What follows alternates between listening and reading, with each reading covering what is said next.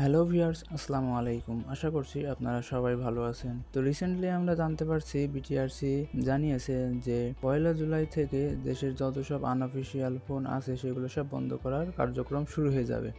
অর্থাৎ যেসব ফোনগুলো আনঅফিসিয়ালি মার্কেটে আসে, অর্থাৎ সরকারের যে ভ্যাট সেটা না দিয়ে দেশে আসে, তো সেইগুলো বন্ধ করে দেওয়া হবে। তো এই বন্ধ করে দেওয়ার কারণ মূলত দুইটি। এক, দেশের অনেক বড় পরিমাণে একটা রাজস্ব হাতছাড়া হয়ে যাচ্ছে। দুই, অনেক সন্ত্রাসী কার্যক্রম আর কি এই আনঅফিসিয়াল ফোনগুলোর মাধ্যমে করা হচ্ছে, যা সরকার ট্র্যাক করতে পারছে না। তো মূলত তারই জন্য সরকার এখন একটি ডাটাবেস তৈরি করবে যেখানে সকল ফোনের তথ্য থাকবে, অর্থাৎ আইএমইআই নাম্বারগুলো থাকবে, এবং ইচ্ছা করলে যাতে যদি কেউ সন্ত্রাসী কার্যক্রম করতে না পারে, অর্থাৎ করলেও যদি আন্দাজ করা হয় তবে তাদেরকে ট্র্যাক করা যায়। তো মূলত এখন অনেকের মনে প্রশ্নে আসে যে তাহলে আমরা যারা আনঅফিসিয়াল ফোন ইউজ করছি তারা কি করব, এবং এখন আর আনঅফিসিয়াল ফোন আসলে কেনা যাবে কিনা। কারণ আনঅফিসিয়াল ফোন কিনলে দেখা যাচ্ছে 4 থেকে 5 হাজার টাকা কমে বা 3-4 হাজার টাকা কমে ফোন কেনা যায়। তার জন্য আসলে বিআরটিসি সুযোগ দিয়েছে, যারা অলরেডি কিনে ফেলেছে তো তাদের একটা রেজিস্ট্রেশনের সুযোগ দিবে, তো যেটার মাধ্যমে আর কি রেজিস্ট্রেশন করতে পারবে। এরপরে যারা কিনবেন ভাবছেন, তো এই যেহেতু জুলাই 1 তারিখ থেকে কার্যকর হবে, তো জুলাই 1 তারিখের আগেই ইচ্ছা করলে কিনতে পারেন। তো তার কারণ হচ্ছে সরকার যতই বলুক যে আনঅফিসিয়াল ফোনগুলো বন্ধ করে দিবে, তো আলটিমেটলি আসলে চাইলেই এত সহজে বন্ধ করে দিতে পারবে না। এরপরে দেশে বিপুল পরিমাণ মানুষের কাছে আসলে এই আনঅফিসিয়াল ফোন রয়েছে। প্রায় 30 থেকে 40% মানুষের কাছে এই আনঅফিসিয়াল ফোন রয়েছে, অর্থাৎ এটা বন্ধ করা এটা অনেক বিশাল একটা ব্যাপার। তো এরপরে যারা আসলে ইউজার রয়েছে আনঅফিসিয়াল ফোনের, তো তাদের আসলে কি হবে তা নিয়ে শ্যামসুন্দর স্যার বলেছেন যে আমাদের ব্যবস্থাটি চালু করবে এমনভাবে যাতে গ্রাহকের উপর চাপ না পড়ে, অর্থাৎ এটা ধীরে ধীরে কার্যকর হবে। এরপরে অনেকের আসলে প্রশ্ন থাকে, যেমন এখানে প্রশ্নগুলো করা হয়েছে এবং তার ওগুলো উত্তরও দিয়ে দেওয়া হয়েছে যে মুঠোফোনে খুদে বার্তা এর মাধ্যমে অনেক সময় আইএমইআই সংশ্লিষ্ট তথ্য পাওয়া যায় না। এ বিষয়ে কারণে কি, অর্থাৎ অনেকে তাদের ফোন অফিসিয়াল বা আনঅফিসিয়াল, অনেকে অফিসিয়াল কিনেছেন কিন্তু দেখা যাচ্ছে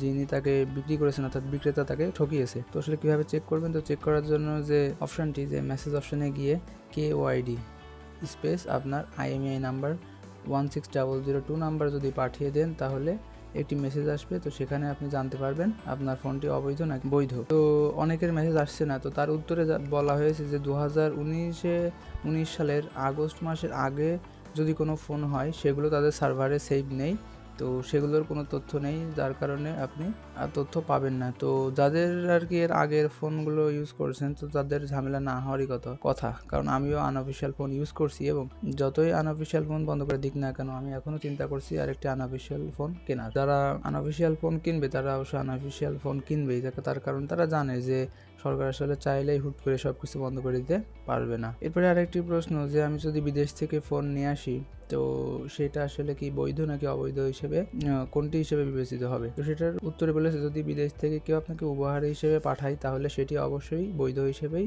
গণ্য হবে, তবে যথাযথ প্রমাণ দিতে হবে, অর্থাৎ তার আপনি যে ফোন কিনেছেন সেটার রসিদ এবং কে উপহার দিয়েছে। যদি এরকম হয় একই ব্যক্তি আপনাকে বারবার উপহার দিচ্ছে, তাহলে সেটা কি হিসেবে গণ্য হবে? অবশ্যই সেটা বৈধ হিসেবে গণ্য হবে না, কারণ একই ব্যক্তি বারবার কেন উপহার দিবে। তো আপনাকে যদি একবার উপহার দেয় এবং সে রসিদ যদি আপনি পাঠাতে পারেন, তো সেটাকে আপনার বৈধ বলে সার্ভারে সেভ করে নিবে। তো আসলে সরকার চাচ্ছে সকল আনঅফিসিয়াল ফোন অফ করে এখন অফিসিয়াল করে নিতে, মূলত ওই যারা অপরাধী আছে তাদের কার্যক্রমগুলো আর কি মনিটর করার জন্য। তো যেহেতু আমরা সাধারণ ইউজার, তো আমাদের ক্ষতি না করে তারা তাদের কার্যপদ্ধতি চালু করবে এমনটাই জানিয়েছে। তো এটা আশায় রাখাই যায় যে আসলে আমাদের যারা আনঅফিসিয়াল ফোন ইউজ করছি তাদের তেমন কোনো ক্ষতি হবে না। এরপরেও আপনি যদি আনঅফিসিয়াল ফোন কিনতে চান তো আসলে চাইলে কিনতে পারেন, কারণ এটা আসলে এখনই অফ হয়ে যাবে না, বা যতই বলছে একই জলে অফ হবে, মানে তাদের কার্যক্রম শুরু করবে, কিন্তু এটা একটা হিউজ প্রসেস, অনেক দেরি হবে। আমি অলরেডি বলেছি যে আমি নিজেও একটা আনঅফিসিয়াল ফোন নেওয়ার চিন্তা ভাবনা করছি, অর্থাৎ বাইরে থেকে নিয়ে আসার। তো আপনারা চাইলে আপনারাও নিতে পারেন। তো আশা করছি আজকের ভিডিওটি ভালো লেগেছে। যদি ভালো লেগে থাকে অবশ্যই লাইক করবেন, কমেন্ট করবেন এবং বন্ধুদের সাথে শেয়ার করতে ভুলবেন না, আর অবশ্যই সাবস্ক্রাইব করবেন। ধন্যবাদ।